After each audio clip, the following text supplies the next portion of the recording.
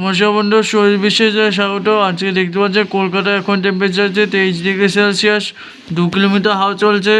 আজকে সর্বোচ্চ ছিল 28 ডিগ্রি সেলসিয়াস এবং মস্তি ক্লাউডে ছিল। এই নিয়ে বিস্তারিত আলোচনা করার চেষ্টা করবো, সঙ্গে থাকবেন। আজকে দেখার চেষ্টা করব যে রাতের দিকে কোথাও বৃষ্টি হতে পারে কিনা। কিন্তু আমরা ট্র্যাকটাকে চালিয়ে দিয়েছি, দেখতে পাচ্ছেন ট্র্যাকটাকে চালিয়ে দিয়েছি। ট্র্যাকটাকে চালিয়ে দিয়ে রাতের দিকে কোথাও কোথাও আজকে রাতের দিকে কোথাও কোথাও বা কালকে সকালের মধ্যে কোথাও কোথাও হালকা বৃষ্টি হতে পারে, এমনটা দেখা যাচ্ছে।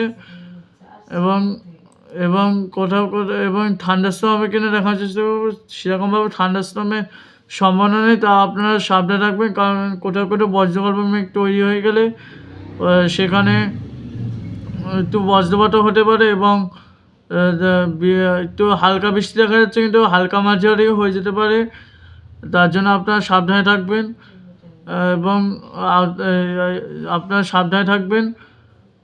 আজকে ভিডিওটা এই পর্যন্ত। এবং আলিপুর আবহাওয়া দপ্তর জানিয়েছে যে আজকে থেকে বৃহস্পতিবার পর্যন্ত বিক্ষিপ্তভাবে হালকা মাঝারি বৃষ্টি হতে পারে। আজকে ভিডিওটা ছিল এই পর্যন্ত। দেখার জন্য ধন্যবাদ।